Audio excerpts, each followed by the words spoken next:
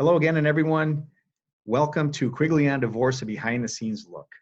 I'm, aside from the COVID shutdown, we're up and running, doing podcasts as much as we can, and I'm really, really excited today because we got a real special guest. Her name is Tiffany Louise. Tiffany, welcome. Hi, thanks for having me.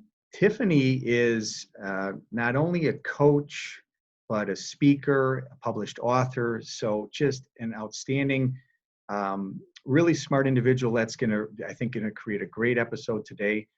She also is a licensed therapist, and I know I'm not doing justice to all of the wonderful talents you have, Tiffany, but again, thanks for joining us. Thanks for having me. I'm excited to have this conversation. I think it's one that a lot of people are curious about, and hopefully we can talk about it in a way that's, informative and gives people an education outside of some of the energy that surrounds this topic that can often be present. Yeah. So let me kind of tee up. Tiffany and I have realized that we deal with this very real issue of narcissism, coming at it from really different disciplines, but understanding, even though we're at this from different disciplines, the issues are. It's just so interesting, and I think you'll see that once we get into this, how we're seeing the same things. We're trying to work with individuals who are dealing with the issue of narcissism. As a divorce lawyer, of course, I'm dealing with many individuals who are married to or have been married to individuals who either have, narcissistic personalities or actually have a narcissistic personality disorder, and that in and of itself creates all kinds of very unique issues within the context of a divorce. Tiffany, why don't you kind of give sort of a description of how in your coaching you deal with the issue of narcissism and what you see? Yeah, so previous to my coaching practice, the last 10 years of my therapy career, I worked in addiction and mental health treatment centers, a very well-known one in Chicago. And so through the course of my career, I've navigated working with people who are I always like to call it the narcissism spectrum, right? Because it can show up in very different ways and have different qualities and degrees of which it's impacting that person's life. So throughout my career working in mental health, I've had exposure. I've worked with patients who are on the spectrum, patients who are in relationship with people who are on the spectrum. And it's not always romantic partnerships. It can be parents. It can be coworkers and colleagues and bosses, and it shows up in all of the different facets of our life. And so as I transitioned into coaching, my coaching practice really started to focus on relationships. And as I started talking about red flags and things for people to be aware of, one thing that became really important for me is for people to do the diligence in their dating life to understand qualities and characteristics that set them up for success and set them up for a lot of hardship. And so this very naturally lends itself to having this conversation around narcissism. And as I started speaking out about this in the last few years on my platforms and educating people, and from my own experience of navigating this both in my personal and professional lives, people started to really come to me for this. I see a lot of clients, female generally, I work with all women who, and just by nature of my numbers, it doesn't mean that this doesn't exist in women. It doesn't mean that it doesn't exist in all these other forms, but I see a lot of women who are navigating dating relationships with people on the narcissism spectrum. They come to me very confused. They come to me many times traumatized by what happened, and a lot of self-doubt because they've been gaslit for so long. They don't know what's real and what's not. And so it has become something, while I'm not treating it in any clinical capacity anymore, and it was never my specialty to work with people who were on the spectrum. I did happen to, just in the course of a random normal caseload. And I am now working with a lot of people who have been in relationships with these people, like you are, people who are divorcing. But it tends to be a lot more people who are on the dating side of things. And I'm hoping to help them not get to a point where they're committing to someone that is showing up in ways that don't feel good. Yeah. And that's one of the things when we talked earlier, it was really fascinating to me because I'm on the exact opposite end of that spectrum You're at where the tail end. they never met you to begin with. Yes. They got sort of sucked in by the narcissist, which is very common. And we can talk about some of those, um, those signs or red flags that you talk about. But they've gotten in, and then at some point, you get behind the curtain of the narcissist, and that's not so pleasant. And after, that erodes, and somebody just, it oftentimes is never going to work in those kind of relationships. Yeah. Then unfortunately they're coming to me. And what happened for me in my practice was, and again, it's interesting because I've actually had some cases where I believe, it's a male client that comes to me and says, my wife really has these narcissistic tendencies, and you go through and what the issues are, and that's true.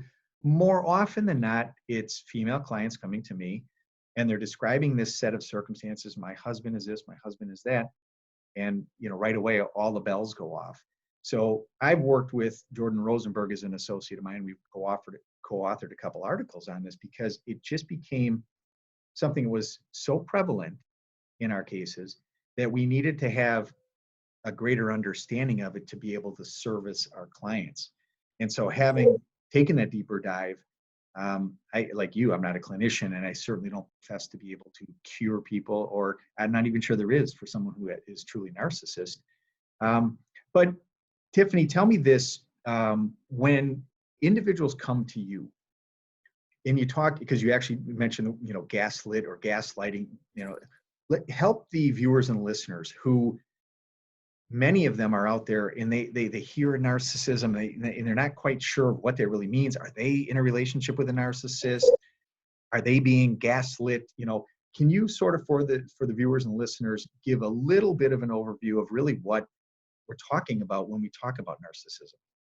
Absolutely. And I think this is a point, if you're just thinking about the way the term is thrown around in the world and in the media, anyone who takes a selfie is a narcissist. Anybody who, loves themselves on social media becomes a narcissist, and that is not the case. And so I think looking at what the clinical criteria is really important. I happen to have our handy DSM-5 criteria for narcissism here that we can just run through so that people can understand. And again, there are degrees on the spectrum of people who may present with, one or two of these characteristics and they don't show up in the other ways.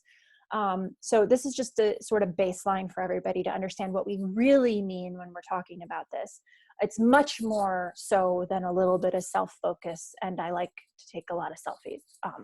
So number one, grandiose sense of self-importance. I'm just going to click through and we can expand upon them if we'd like. Number two, they have a lot of fantasies of unlimited success, power, brilliance, beauty, a lot of lofty thinking, and a lot of time spent in obsession around sort of big, better, best sort of experience of themselves in the world.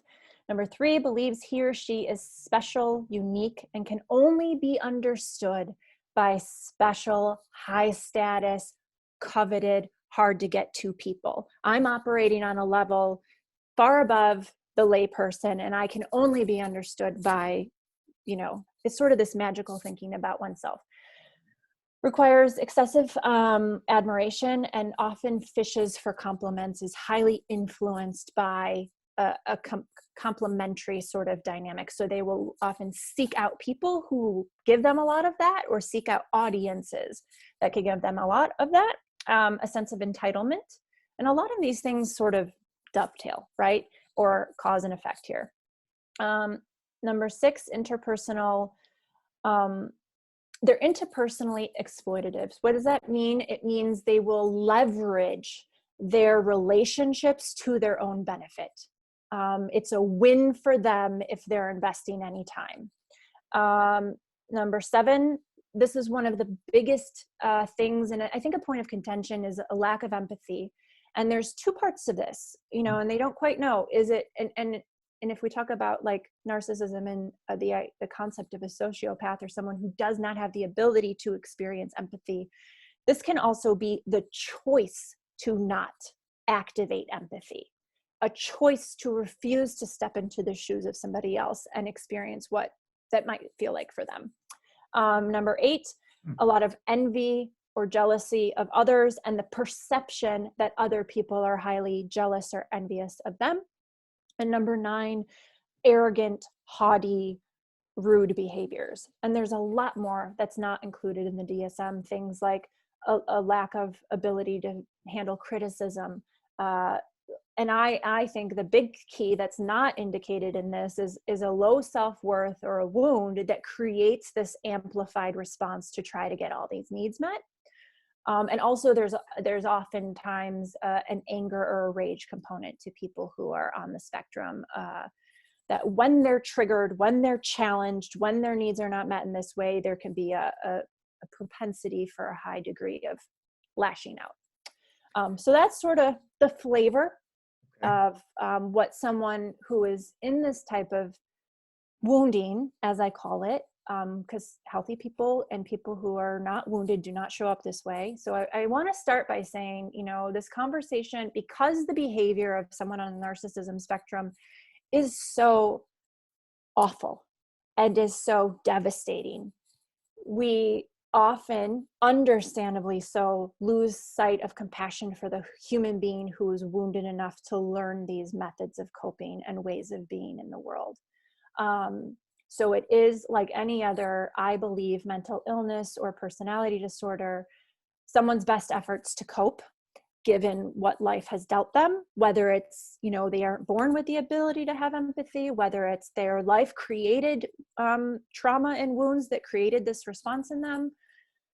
So that's an important thing that I want to say. And that's why I try to, as much as I can, communicate about the person with narcissism and the behavior of the person. It can feel very evil, and it's just a spiritual belief of mine that people can act in evil ways, people can act in maladaptive ways, but I believe that every person here on the planet is essentially good and then became wounded. So just want to give that caveat because I feel like it's an important thing to have in this conversation. Let me kind of follow up to that point then, because that's sort of an interesting thing I've pondered is if you have somebody, let's say somebody actually on the scales from the DSM-5 would be diagnosed as having narcissistic personality disorder. It's a mental health disorder. Is there a prevailing belief one way or another that it is someone's genetically wired that way? You're born that way, or you kind of mentioned something about triggers and traumas. Is it something where people become that way psychologically because of something that happened to them in their life, and that's the way they overcompensate for that psychological trauma? I think it can be both. I think it can be, and they have shown that there are people who are born, and I've watched some really fascinating videos on people who report that they do not experience empathy. Their brain does not function in the way that if they steal someone's bike, they don't think about what the consequence of that is to the person whose bike was stolen. It's just this, I need to do this. And so there are people who have a lack of ability to empathize from day one. And then there are people who have had childhood, most often, this is developed in formative years, and experiences that create coping mechanisms or ways in which they see the world. And this is how they go about very unconsciously meeting those unmet needs. Interesting. So one other thing that, again, I want to kind of go back from just on the, I guess, technical side of all of this from your experiences, the concept of gaslighting. Again, that's one of those buzzwords all over social media. Everybody's talking about gaslighting. I think you and I have an understanding, when it's happened, or those examples of what really that means. Could you give sort of a layman's definition of what that is, and maybe even some examples so people can understand what people are talking about when they're saying, he or she is gaslighting you?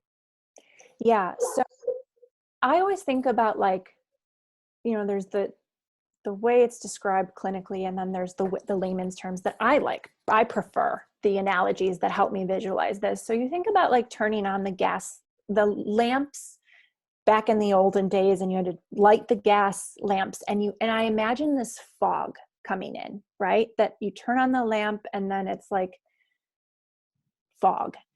gaslighting is an attempt to manipulate someone's experience of something to their benefit.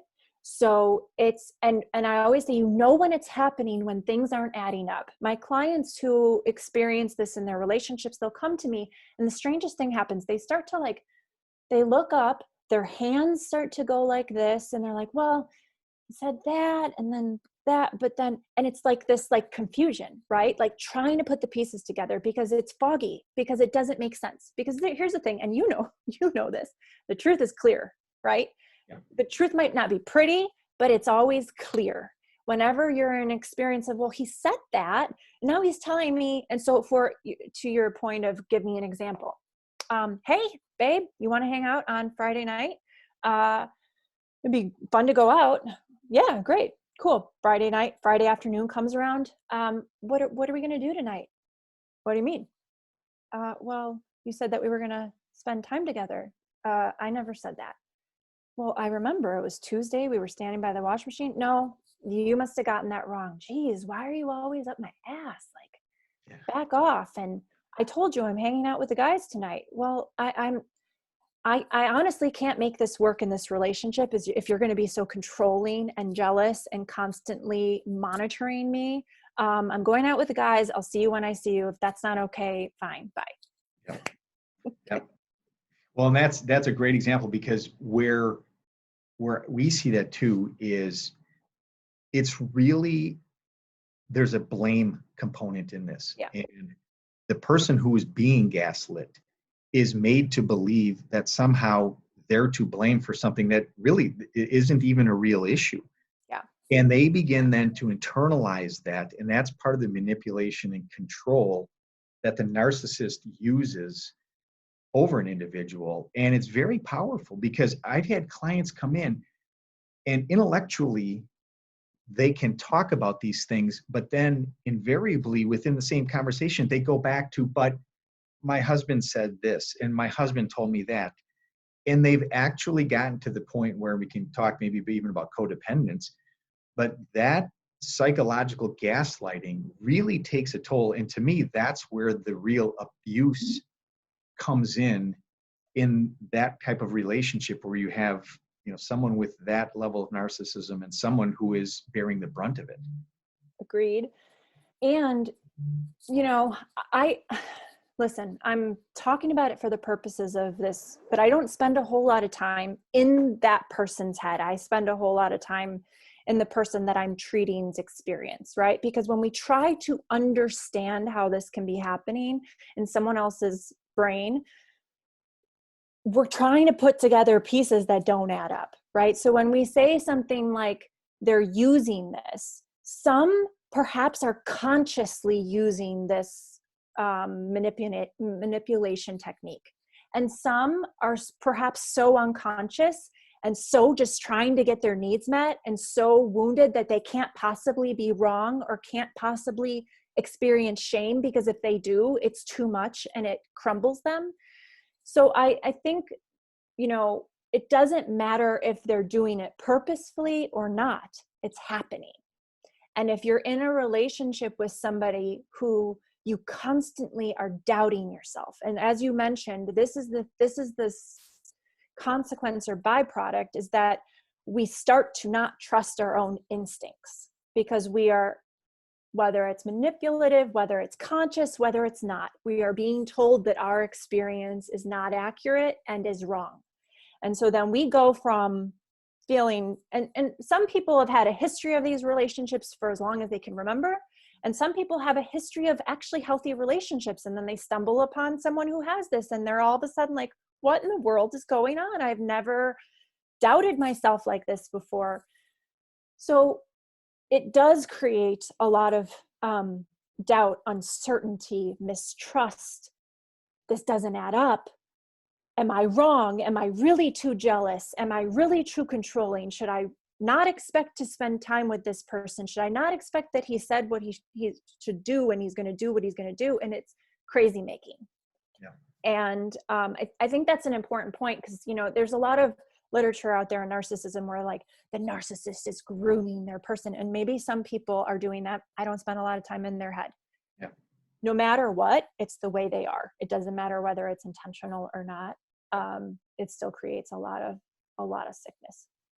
That to me is what you just said is really kind of what we try to focus our clients. It's not why that person is the way they are, is to me in a divorce especially irrelevant. Yes. I have a very cynical view of people who truly suffer from narcissism in terms of one's ability to cure that type of an individual. And so I think for us, what we try to do is help people to understand it, at least on some level, and try to work around it, because the individual isn't going to change. And in my arena, it oftentimes gets worse, because, and especially if an individual is the one that pursues a divorce of a narcissist, or says to that narcissist, the kids should primarily be with me. These are all things that sort of really bring out that disorder in the people, and it gets very, very ugly. And by the way, even after people are divorced, it continues on. We have co-parenting issues. It's still feeding ground for a narcissist to try to control and manipulate. So it's always about sort of self-empowerment. Yes. Being able to regain that, get rid of that doubt you have about yourself. Have that confidence you once had about yourself. Take back control of what you can control in your life. But it's a very, very difficult, it's easy, it's not easy, but you and I, we can talk to our clients and we can, and patients, and we can try to get them to understand these things. But for individuals in that situation, very, very difficult to operate around that disorder. Very challenging. It is. And I love what you said about, we want to understand it, but when we stay in the analysis of it, that is when we become paralyzed. And the analysis creates the paralysis. And what I've said to people, what I've had to learn to be true for myself, is trying to make sense of it from your brain that is capable of empathy and sees the world. It's like you can't possibly put on those goggles to see the world through that lens. So you and I and the people who don't experience this are never going to be able to make sense of it. We're going to be able to educate ourselves so that what we can do is accept it. Because so long as we are analyzing, we're trying to figure it out, we're trying to make it be different than it is, we're trying to see a solution. And I do agree with you that if someone is showing up in this way and has a number of these behaviors, and you've had adequate time and data to see how they are and what they're capable of, the likelihood that this is going to change is incredibly low. And the likelihood that you will not experience healing the longer you stay over in their head. And because a relationship with a narcissist takes you out of your life. You go into their experience, into their reality, and healing is about, in my experience, and the way that I work with clients, is about coming back to you, dropping the biggest, fattest anchor in your own truth, learning to trust your intuition again, and setting really firm boundaries. And the challenge that you navigate all the time is when children are present. I mean, across the board, the best solution that's recommended by clinicians who are helping people navigate relationships with narcissism is no contact. Because you give someone like this, who has such a strong toolbox of manipulation and artful, I say they're like octopuses. They can just stick an octopus can just slide into a freaking tiny water bottle and all of a sudden there it is. They can really artfully move and maneuver. And so whenever there's access, there's an opportunity. And so, the people I have worked with who have navigated divorces, the boundaries, the clarity around what custody looks like, but there's still an opportunity to engage, and that's really hard. So that's why I spend so much of my time hopefully helping people not get there. Well, and it's sort of sad, I think, because the stories I hear are the classic, you meet the narcissist and he or she is very charming. I always hear that one, oh, he or she is such a charmer. And they're successful and they've got all of these outside traps, this allure to them. And people get into that, and then it really is it doesn't happen like, oh, I went on one date and I know he's a narcissist, and so I got to No, get out of this.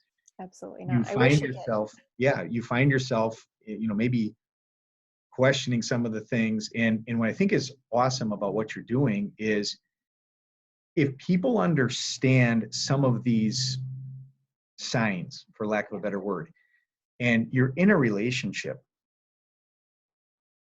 the hope is, I think, from your perspective in coaching people, is to, if you identify some of these things, let's sit down with Tiffany, let's have this conversation, because you're not going to necessarily tell them, run, don't get in this relationship, but you're going to try to make sure they have a clear vision of what narcissism is, what devastation it can have on just the individual, let alone on families. And we've joked about this in other conversations where, by definition, a narcissist is not the kind of personality it's going to say, oh, I've got all these these flaws and all these faults, and so therefore I need help. It's the exact opposite. So the idea that a real narcissist, or an individual with narcissistic personality disorder, ever really truthfully getting the kind of help that they would need to maybe address things that are genetic in them, or address things that through some trauma in their life, the probability of that ever happening it's slim. It is low. And before we got on this call, I asked people to write in some of the questions that they had about our talk today. And that was one. I think people ask a lot, can this be healed? And, Mm. I want to hold on to that hope that I have witnessed the most miraculous healing. I have a file cabinet of things that you never thought could happen. So I believe in the power of hope and of miracles. But I would agree with you. The challenge is that the exact symptomatology of this condition has them state it's not them.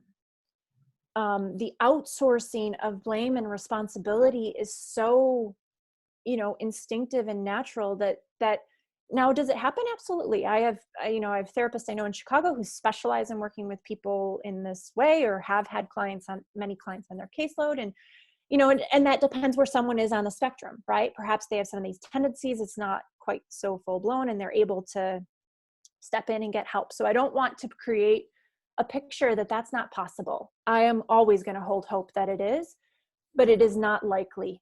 And that possibility is what people hold out for. And it is what keeps them stuck for years and decades of their life. And that is one of the big things that I work on with my clients. Is hope is a funny thing. We all need it. But in dating and in relationships, hope is something to be very cautious of. We want to deal with what is, not what could be. And, to kind of segue into this and go back to what you were saying, yes, that's the problem. I have this, I did a video on this, and it kind of helped people really understand the thing about narcissism is that it starts out with a very continuous form of reinforcement, love bombing, high highs. I've never met anybody like you. All the other women I dated were crazy. That's also a red flag to watch out for. If everyone they ever dated was the problem and it wasn't them. Yep. Trips and gifts, and bringing you into their very charismatic and exciting lifestyle. And it's like, this is great. So your brain learns to equate them with a continuous form of reinforcement. And then as the, curtain is pulled back and we see that, the Oz behind, we start to see how they really are, and their performance, we find the holes in it. And the challenge is that we then move from continuous reinforcement with a person, push the button, get a hit, to intermittent reinforcement. And intermittent reinforcement is one of the most highly addictive patterns of reinforcement on our brain. Lots of research on rats, and you name it, give the rat a lever that every time they push it, they get the sugar water. They're like, okay, they live their life. Give them a lever that every 2 times, every 5 times, every 10 times they get the sugar water. All they do is sit at the sugar water they disintegrate, their life deteriorates, they become obsessed and addicted. So why this is so incredibly difficult is that most people don't start out like a-holes. They start out creating this high and wanting you to fall in love with them. And it feels better than you've ever felt before. And then we move into this stage of like, well, now they're not calling, and now they're angry, and now they're blaming me. And but before it was like this. Why am I pushing the button and not getting what I'm used to? And that creates this powerful hook and addiction in those of us who are in relationships with people like this. And it can be very difficult to disentangle from, because the idea is, well, I know they're capable of it. Why aren't they just doing it? If only I analyze it, say the right thing, teach them how to do it again, we'll get back to status quo in the beginning. But the beginning is a performance. The beginning is not reality. So a lot of what I coach women on, and this unfortunately takes a lot of the whirlwind out of dating, is the high highs are not what you are looking for. Yeah. And we protect ourselves and our lives from becoming attached to people until they have shown us over a period of time who they are. Because so long as we are susceptible to being swept up in the whirlwind, we are susceptible to people who operate in this way. Wow. So, Tiffany, because I try to keep the episodes fairly succinct and within, we're almost pushing up on a half hour. I've got so much more. If you have time, we can keep going, and we can certainly just release this as a much longer conversation, or we could pick up and do a part 2. But if you got a few more minutes, I say we just keep going. Minutes. Yeah, for sure. Because I wanted to actually follow up on what you just said, and this is what's interesting. Again, on the other side of that spectrum. So by the time they've come to my office and they've been in that relationship, all of those things you just talked about, where in other words, this hope or belief that if I just do this, this, and this, he'll be like he was when we first met. And what I've seen is a lot of that comes from that gaslighting, and where that self-doubt has been created in them to where, number one, they believe they're to blame, that really the problems are my fault because he's told me so in this manipulative way. And then there's that other, component of sort of codependence. And by the way, I don't know that I can divorce him. I don't think I can make it without him, because I've lost all of my self-esteem. I've lost all my confidence, and I've really begin to buy into that, every 5 things, keeping that hook in me, very real. And it's again, so to me, by the time you get to where you're talking with me, you have now your own very real set of psychological issues that from a counseling perspective, I think takes a long, long time to, like you said, disconnect or disengage from that kind of relationship. Yes. And it can be devastating, but the beautiful thing is when we talk about likelihood of healing, this is something that is very likely to heal. I believe, and I see it every day. And when we've gotten to a point, and not only that, we can lose our confidence, we can lose our contacts, we can start to not have connection to family and friends and our own identity and our own work and our own passions, and by nature, if we're going to talk about codependent and narcissism, codependent and addiction, and all of these things sort of interplay, it's like this outsourcing of self, right? I'm leaving myself, I'm over in your world, I'm fixing, managing, controlling myself in relationship to you, and you're not living, right? So then by the time you get to a point where you're so worn down, where the cost is so great, and usually that's the thing that I see people have to hit, my whole goal is to raise that bottom, right? We don't have to hit a bottom. We don't have to be diagnosed with a health condition or lose everybody in our career because we're in this toxic relationship. We can look around, educate ourselves, and hopefully raise that bottom. But yes, people end up at rock bottom and then they're surrendered, like, I have to let this go. But then the rebuilding process comes. Yeah. And that starts with education so that they can know what was occurring to them or occurring with their relationship. It starts with shutting that door so that there's no more room for gaslighting or manipulation. Yep. Therapy, obviously a big fan of, even though I'm only coaching in my private practice. I have a list of people I love in Chicago who I refer to for some of that more deeper intensive work. Yep. And then I help coach people on what to do with their mindsets, with their actions, so that they can learn how to date and move forward in healthy ways. But yeah, it's powerful, and it is devastating. And to your point, I'm remaining hopeful, but I think it's very difficult until you've experienced this. It's just not, you don't have a context for it. Yeah. So when you date a person, you're not thinking this very charismatic, charming guy who's taking me on trips and is being, telling me I'm like no one else. You're not thinking that this is going to bottom out in 4 months because you don't have context. I was a therapist who navigated this for a living, and yet I didn't really understand it until I found myself in relationship with. So my hope is the more that this becomes a conversation, the more that women and men, because again, we're talking about just our experience, and the numbers tend to be skewed towards women in relationships with men. But I have so many clients whose parents are on the spectrum, I've had bosses.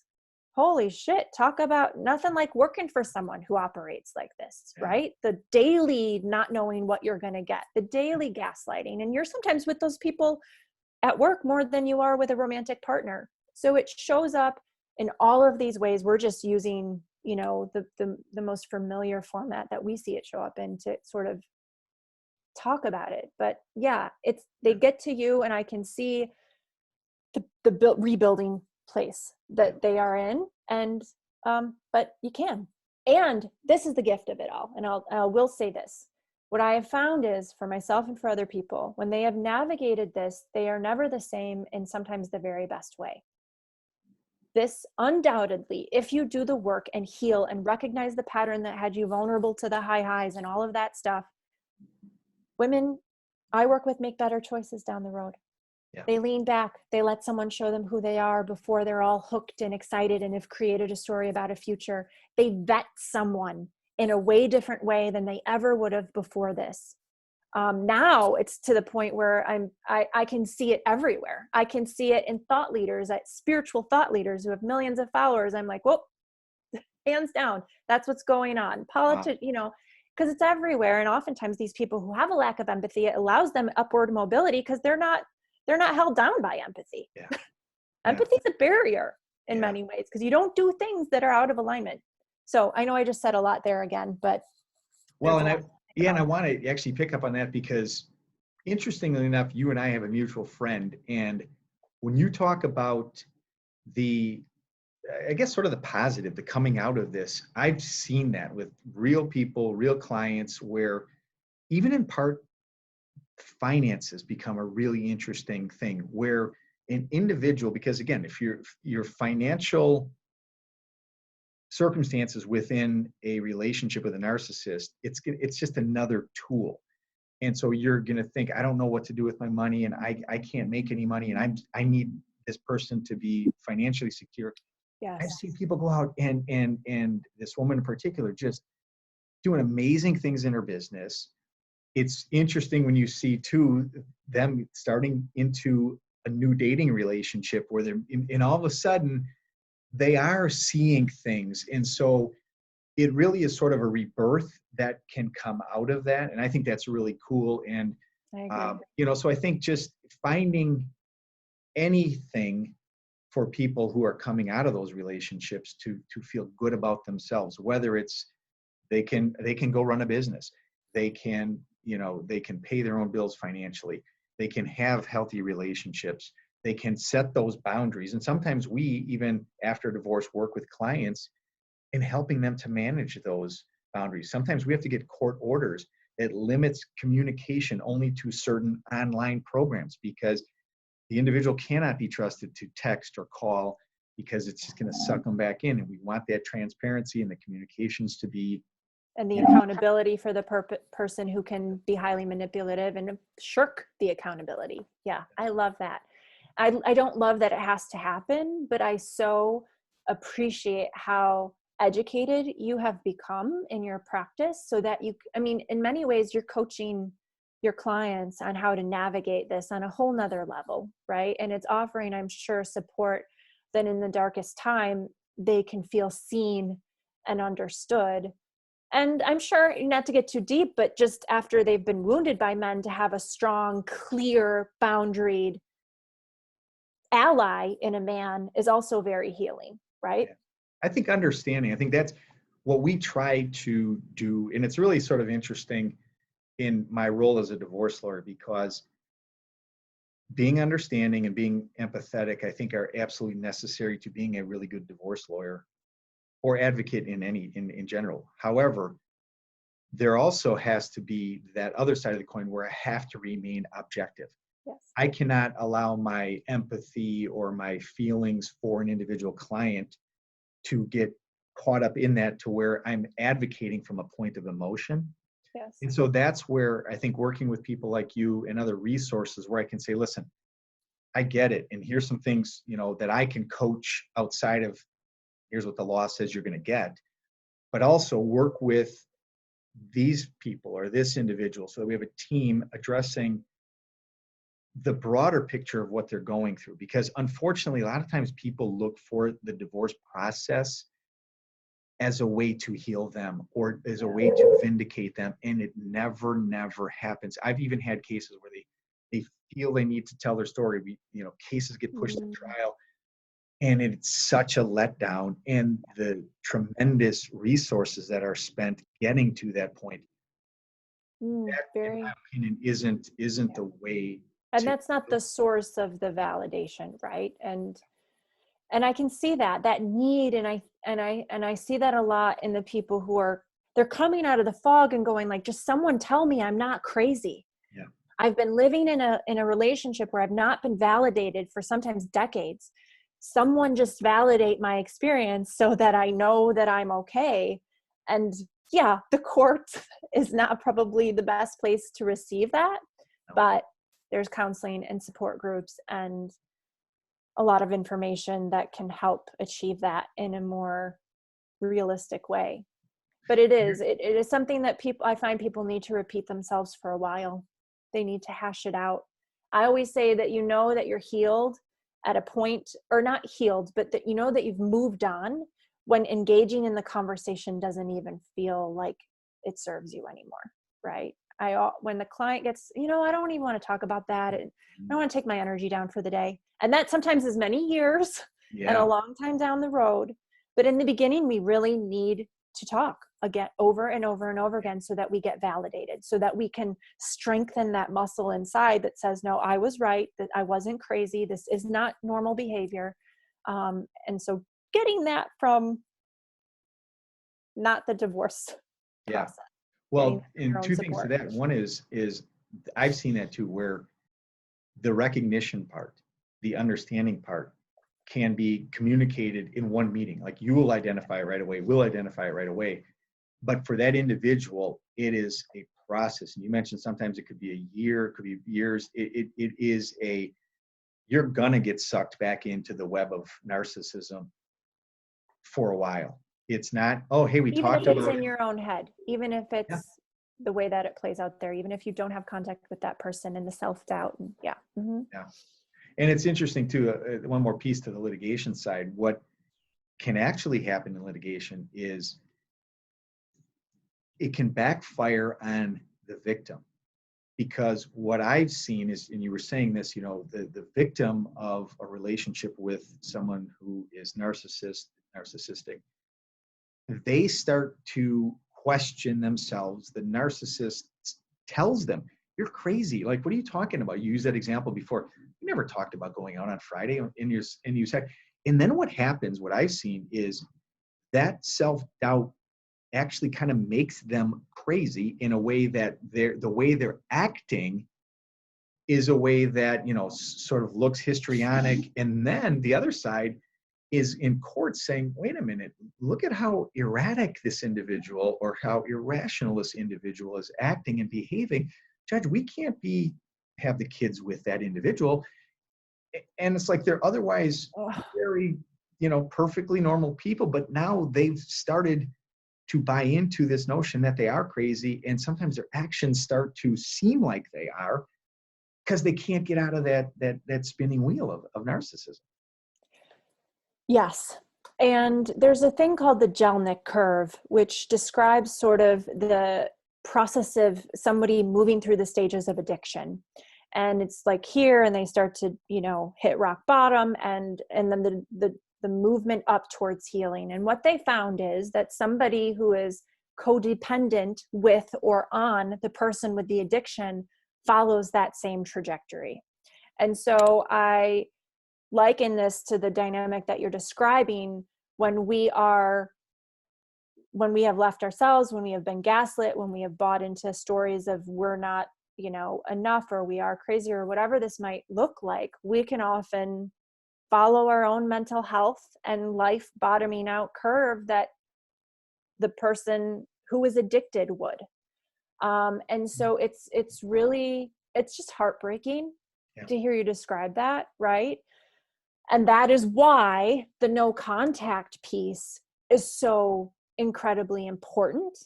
I'll have clients who, and they're not at the divorce point, but they'll be like, well, he called and he was nice that day. And I'm like, that's the entry for all of that fog to enter into your life again.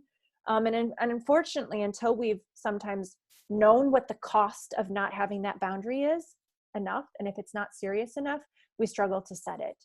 But yeah, you're absolutely right. Then they're the one creating the behavior, but then the behavior, if it's in us, in the person in the relationship with them, is angry and, righteous and whatever, then all that gets pointed at is that person's reaction. Interesting. Well, Tiffany Louise, first of all, thank you again. We could go on for hours and hours. I know it's a passion of yours to help people in relationships that are dealing with issues of narcissism. If I turned it back over to you for one final thought, leave the viewers and the listeners with something positive, and then also let them know, if you're comfortable or if you'd like, if somebody's watching along or listening along and they say, you know what, I'm in a relationship and I could really use Tiffany's help, what's the best way for people to get in touch with you? So final thought is, this is hard. I feel the energy in my body even talking about this. It's a hard, difficult subject, but I have watched people heal in such beautiful ways. People create lives that they would not have created. Like you said, achieve success, achieve peace of mind. I believe that when someone doesn't choose us in whatever way we are needing, it gives us the opportunity to choose ourselves. And so if you find yourself in this circumstance, I truly believe that it can be a gateway and an opening for such goodness and greatness to come into your life. So I know that this can feel heavy and tough, and it's heavy to think about people who are wounded in this way and may not ever seek help. But what we can do is surrender them to something greater, to their own healing journey, and show up and protect ourselves. The more that we're educated, the more we can protect ourselves and the people around us. So I do believe that there's hope for those of us who have been impacted by people on the spectrum. And to connect with me, I'm on tiffanylouise.com and tiffany.louise on Instagram. And, I have a limited caseload, but I'm always, open to hearing if it feels like a fit. And I'm working on a course that's going to address a lot of this stuff, how to take care of yourself around dating and relationships and communication and boundaries. And that should be out in the next couple of months. So. Wow. Outstanding. And again, Tiffany, not only, if it's maybe not the right fit or your caseload as such, Tiffany has referrals, other referrals and resources, and there's help out there. And so yes. Thank you so much, Tiffany. It was just fascinating. I'm so honored really to have had you join us today. For you listeners and viewers, I hope this was informative and there's something positive to take away from this. As always, I hope that you'll tune in with the podcast, Quigley on Divorce, a behind-the-scenes look. I'm your host, James Quigley. You can always reach me. My email address, jmquigley@biermanlaw.com. And, of course, our firm website, www.biermanlaw.com. We're available and always willing to help. But Otherwise, continue to follow along. Tiffany, again, thanks so much, and we'll look forward to talking again. Thank you. Take care.